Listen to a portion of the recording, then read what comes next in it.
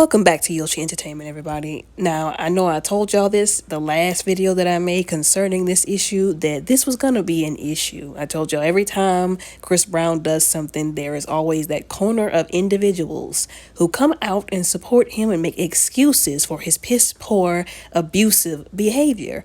So just recently it hit the media that Raye kind of came out in defense of Chris Brown. Basically, I guess she was trying to say that she felt like people were running with this narrative, this rumor, this alleged rumor that he beat up or that his security team beat up Usher because of the stigma surrounding him.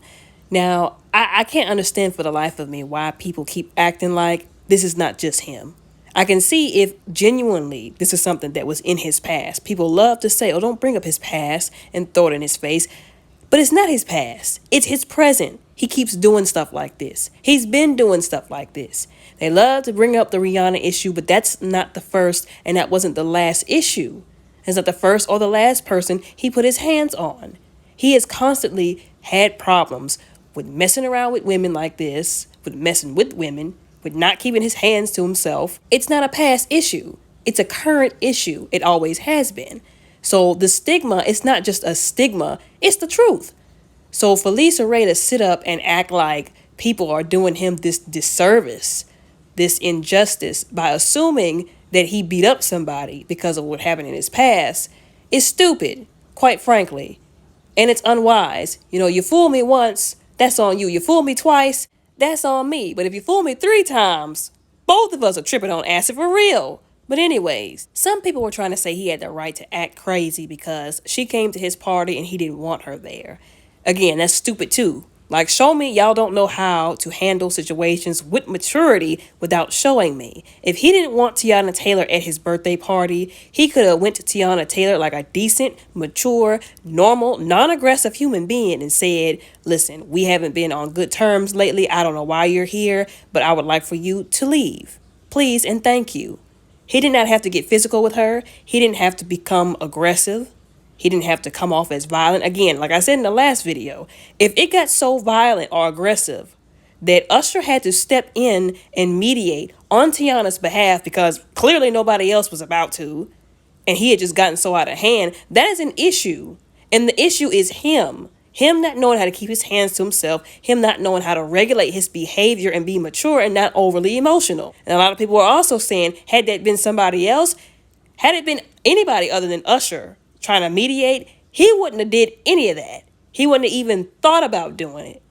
And had Teyana's husband been there, he wouldn't have thought about that. Some people were even going so far as to say that Teyana Taylor's husband needs to have a word, so to speak, with Chris Brown for what he did in his absence at that party towards his wife. And I am in agreement with that because you don't do that to people. Okay, you got all this smoke for a woman and a dude that's roughly the same size as you, but you don't have that same smoke for the men, your size and bigger. That's a coward. Not a man, a coward. And again, as for Raye, she really needs to be quiet and sit down somewhere because the last time somebody tried to defend Chris Brown, which was ironically Teyana Taylor during that, issue that he had with Rihanna when he beat up Rihanna, he turned on her in this situation. So she should be careful who she decides to defend. Like I said, fool me once, that's on you. But we've seen multiple times where he has done this kind of behavior. This is not past behavior. It's current. He always does this. This is just him.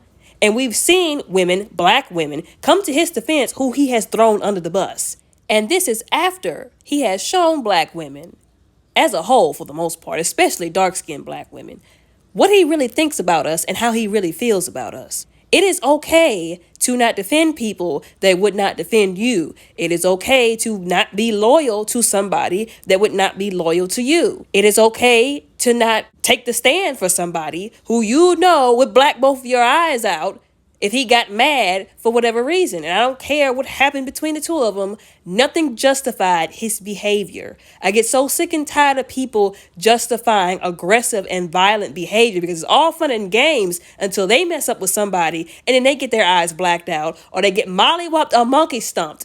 Then it's not okay. But anyways, y'all let me know what y'all think and how y'all feel down in the comments below. Respectfully, don't forget to like and subscribe. Y'all have a blessed day.